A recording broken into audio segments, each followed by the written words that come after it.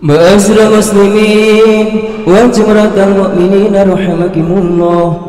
Ruyan an Abi Hurairah radhiyallahu anhu qala Rasulullah sallallahu alaihi wasallam idza halanta lisaymika yawmal jumu'ati ansit wal imamu yahtabu faqad laghut ansitu wasma'u wa rahimakumullah ansitu wasma'u wa rahimakumullah ansitu wasma'u wa rahimakumullah la'allakum turhamun.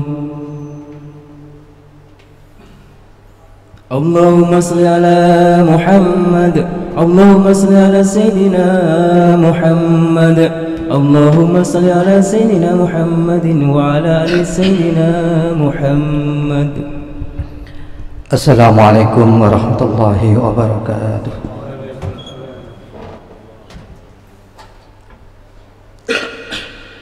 Allahu Akbar, Allahu Akbar, Allahu Akbar, Allahu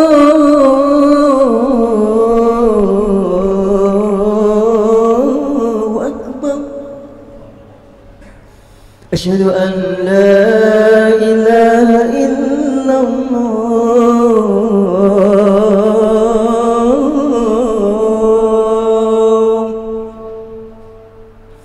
Asyhadu an la ilaha illallah.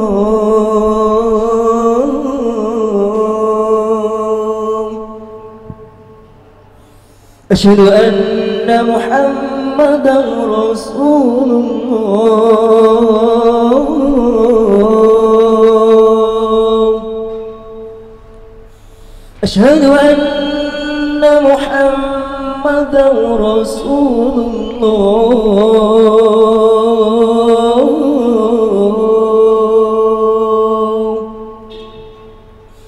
Hayya 'alas shalah.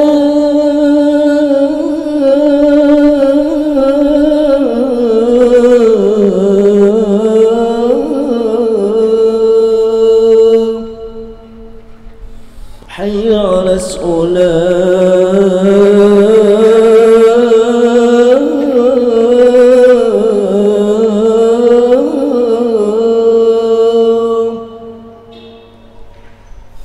حي على الفلاح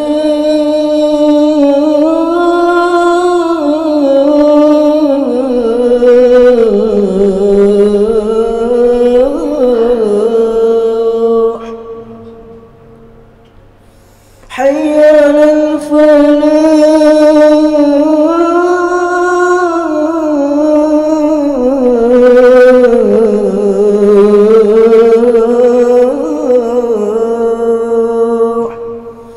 Allahu Akbar,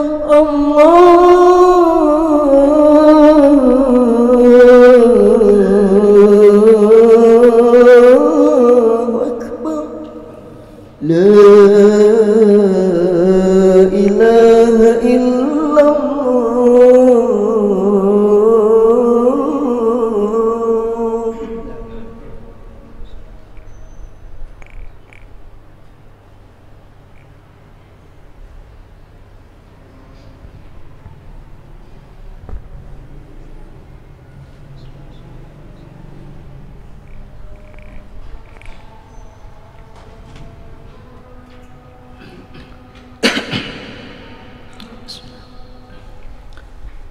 Alhamdulillah, alhamdulillahi rabbil alamin. Nahmaduhu wa nasta'inuhu wa nastaghfiruhu wa natubu ilayh wa na'udzu billahi min shururi anfusina wa sayyiati a'malina. May yahdihillahu fala mudilla lahu wa may yudlil fala hadiya lahu. Ashhadu an la ilaha illallah wahdahu la sharika lahu wa ashhadu anna Muhammadan abduhu wa rasuluh. Wassalatu wassalamu ala nabiyyina Muhammadin wa ala alihi wa ashabihi wa man tabi'ahum bi ihsan ila yaumiddin, amma ba'd. Fa ya ibadallah, usikum wa nafsi bi taqwallah wa ta'ati la'allakum tuflihun. Qala Allah ta'ala fil Qur'anil Karim, ya ayyuhalladzina amanu taqullaha haqqa tuqatih wa la tamutunna illa wa antum muslimun. Hadirin jamaah salat Jumat rahimakumullah. Sembari kita niat iktikaf di masjid ini, marilah kita berupaya untuk meningkatkan keimanan dan ketakwaan kita kepada Allah Subhanahu wa taala dengan berupaya berusaha untuk melaksanakan apa yang telah diperintahkan oleh Allah melalui baginda Rasulullah sallallahu alaihi wasallam dan berupaya untuk menjauhi apa yang telah dilarangnya. Karena dengan ketakwaan itulah kita akan memiliki bekal yang kuat di dalam mengarungi kehidupan, dan insya Allah akan menjadi hamba Allah yang disayangi dan dinaungi rahmat Allah Subhanahu wa ta'ala.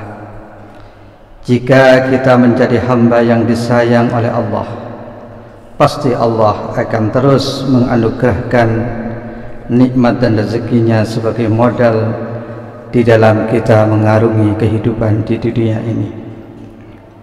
Hadirin jamaah rahimakumullah, di dalam setiap tarikan nafas kita sudah menjadi keniscayaan bagi kita untuk selalu menyadari bahwa semua nikmat yang diterima di dalam kehidupan ini adalah merupakan anugerah dari Allah Subhanahu wa ta'ala. Dengan kesadaran ini, maka rasa syukur akan terus terpatri di dalam diri kita, sehingga fasilitas-fasilitas nikmat-nikmat Allah ini akan bisa kita gunakan untuk mendukung kelancaran misi utama diciptakannya kita di dunia ini. Lalu misi utama Allah menciptakan kita ini apa?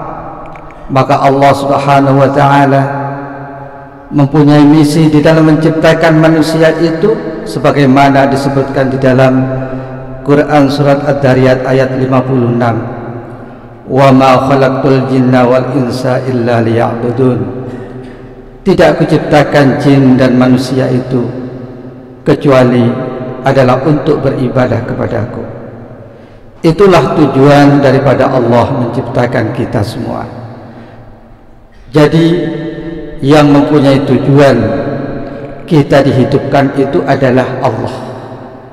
Dan Allah menciptakan kita mempunyai tujuan, bukan kita yang mempunyai tujuan hidup, tapi Allah lah yang mempunyai tujuan kenapa kita dihidupkan di dunia ini.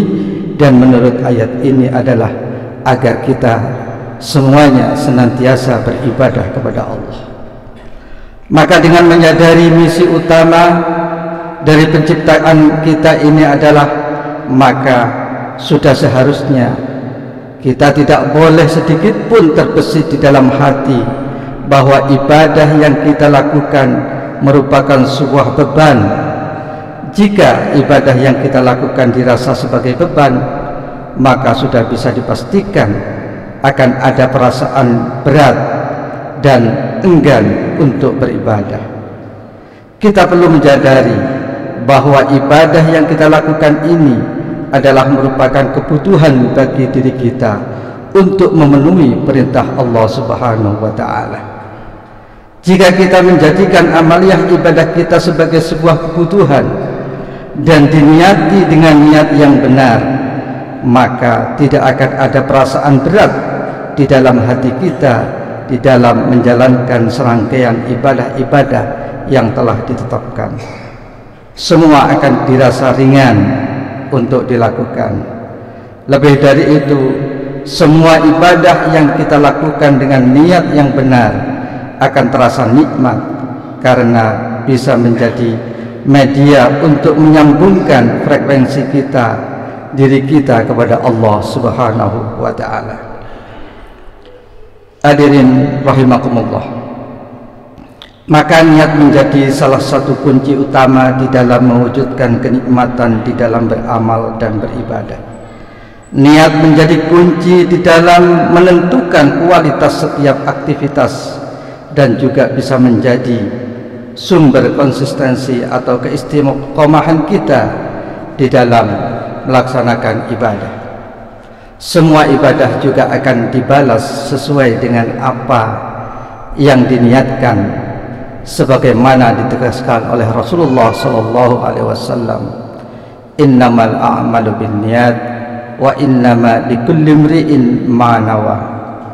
Segala sesuatu bergantung kepada niatnya, dan setiap orang akan dibalas berdasarkan apa yang telah ia niatkan. Hadis riwayat Imam Bukhari dan Imam Muslim. Niat juga akan bisa menentukan nilai dari ibadah yang kita lakukan. Niat bisa diibaratkan seperti angka 1 di depan angka 0. Semua angka 0 akan tidak memiliki nilai walaupun jumlahnya banyak. Namun ketika di depannya diletakkan angka 1, maka angka 0 akan memiliki nilai.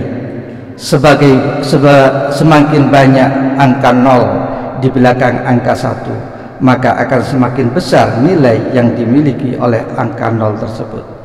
Begitu juga dengan ibadah kita. Semua akan tidak ada nilainya ketika ibadah ini tidak diniati dengan benar. Semakin banyak kita beribadah dengan niatan yang benar, maka semakin tinggi nilai kualitas dan kuantitas ibadah yang kita lakukan. Dengan tingginya nilai ibadah, maka peluang untuk diterima oleh Allah sangatlah tinggi.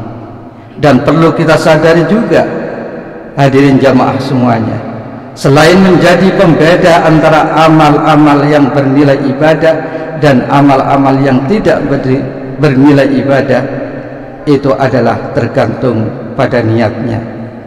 Dalam hadis yang diriwayatkan oleh Imam Bukhari, Rasulullah SAW juga menegaskan pentingnya posisi niat sampai dengan melebihi pentingnya perbuatan yang dilakukan itu sendiri. Niatul mukmin khairun min amalihi. Niatnya orang mukmin itu lebih utama daripada mengamalkannya. Kemudian hadis ini juga diperkuat oleh hadis Rasulullah SAW yang juga diriwayatkan oleh Imam Bukhari dan Imam Muslim. Innallaha katabal hasanati was sayyi'at thumma bayyana dzalika faman hamma bihasanatin falam ya'malha katabaha Allahu lahu indahu hasanatan kamilatan fa in huwa hamma biha fa'amilaha katabaha Allahu lahu indahu asru hasanatin ila 700 di'fin ila ad'afin katsiratin. Sesungguhnya Allah mencatat berbagai kejelekan dan kebaikan, lalu Dia menjelaskannya. Barang siapa yang beriktikad untuk melakukan kebaikan, lantas ia tidak bisa melaksanakan kebaikan tersebut, maka Allah telah mencatat baginya satu kebaikan yang sempurna. Dan jika ia bertekad untuk melakukan, lantas ia tidak bisa dia memenuhi dengan melaksanakannya, maka Allah mencatatnya baginya 10 kebaikan hingga 700 kali lipat sampai lipatan yang lebih banyak. Itulah amal kebaikan kalau kita dasari dengan iman, dengan niatan yang baik, kemudian kita tidak bisa melaksanakan, itu pun sudah dicatat sebagai amal yang sempurna. Dan jika niatan itu bisa kita lakukan dengan baik, maka Allah langsung memberi nilai 10, bahkan dilipat gandakan sampai 700 kali.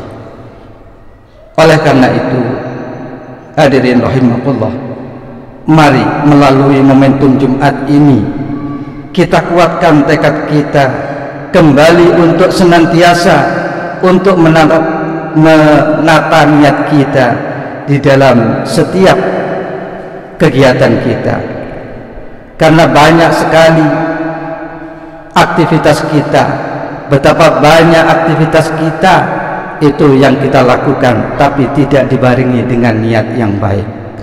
Maka kam min amalin yatasawwaru bi amalid dunya fa huwa amalul akhirah bi husnil niyat.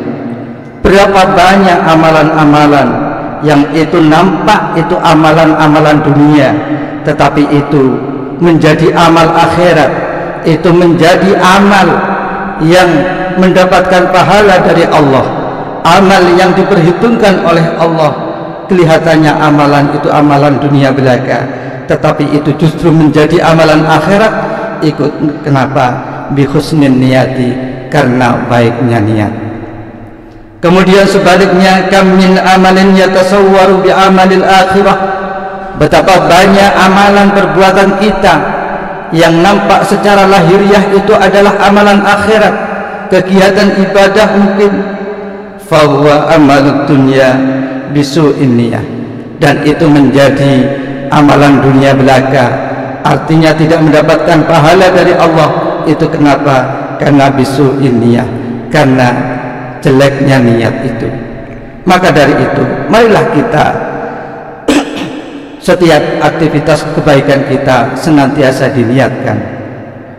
Mungkin sebagai contoh yang lazim kita lihat di masyarakat kita, ketika kita menjelang perayaan-perayaan tertentu, kita disuruh untuk kerja bakti oleh ketua RT kita, maka kita akan membersihkan, apakah selokan, apakah membersihkan di jalan raya dan lain sebagainya. Kalau itu kita niatkan untuk beribadah, kita niatkan agar orang yang lewat di sini adalah merasa nyaman, maka itu akan bernilai ibadah. Tetapi kalau itu tidak kita niatkan, bahkan tidak ada niat apa-apa, hanya menjalankan perintah Bapak RT misalkan, atau sungkan kalau kita tidak melakukan, maka itu hanya mendapatkan kebersihan saja, tidak mendapatkan pahala. Begitu juga amalan akhirat, amalan ibadah seperti sholat misalnya. Kalau kita tadi berangkat dari rumah ke masjid ini, itu niat, ini adalah perintah Allah, saya niat mendekatkan kepada Allah, saya niat iktikaf di masjid, maka itu bernilai pahala yang luar biasa.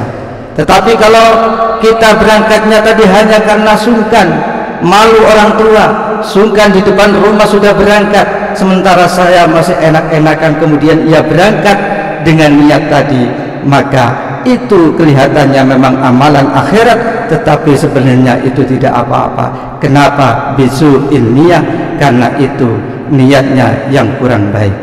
Oleh karena itu, marilah di kesempatan yang baik ini, ketika kita melakukan hal-hal yang baik, semuanya tetap kita niatkan untuk mencari ridho Allah Subhanahu wa ta'ala, agar itu semuanya nantinya bernilai ibadah dan dibalas oleh Allah sebagai amalan yang diterima oleh Allah Subhanahu wa ta'ala. A'udzu billahi minasyaitonir rajim. Bismillahirrahmanirrahim. Wal 'asri innal insana lafi khusrin illa alladzina amanu wa 'amilus solihati wa tawassaw bil haqqi wa tawassaw bis sabr.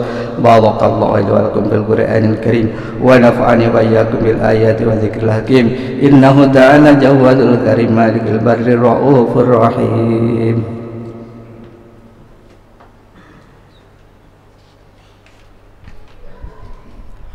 Allahumma salli ala Sayyidina Muhammadin wa ala ali Sayyidina Muhammad.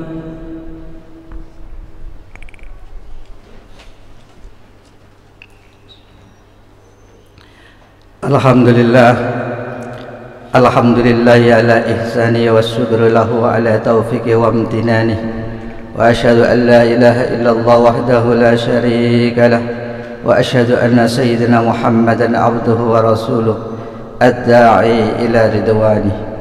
Allahumma salli ala sayyidina Muhammad wa ala alihi wa ashabihi wa sallim tasliman katsira. Amma ba'd.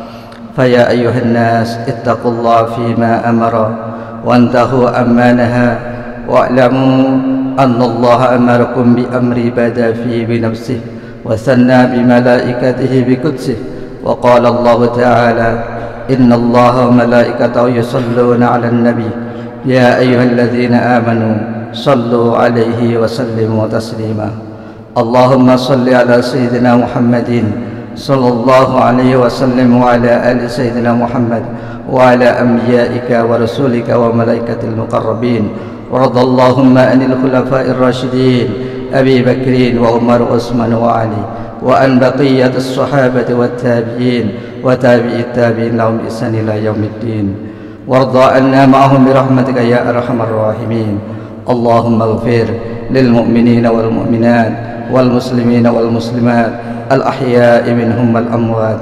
اللهم أعز الإسلام والمسلمين وأذل الشرك والمشركين، وانصر عبادك الموحدين، وانصر من نصر الدين، واخذل من خذل المسلمين، ودمر أعداء الدين، وأعلي كلمتك إلى يوم الدين. اللهم ادفع عنا البلاء والوباء والزلازل والمحن وسوء الفتن والمحن ما ظهر منها وما بطن عن بلادنا إندونيسيا خاصة وسائر البلدان المسلمين عامة يا رب العالمين. ربنا آتنا في الدنيا حسنة وفي الآخرة حسنة وقنا عذاب النار. ربنا ظلمنا أنفسنا وإن لم تغفر لنا وترحمنا لنكونن من الخاسرين. عباد الله، إن الله يأمر بالعدل والإحسان وإيتاء ذي القربى وينهى عن الفحشاء والمنكر والبغي يعظكم لعلكم تذكرون. واذكروا الله العظيم يذكركم واشكروه على نعمه يزدكم ولذكر الله أكبر.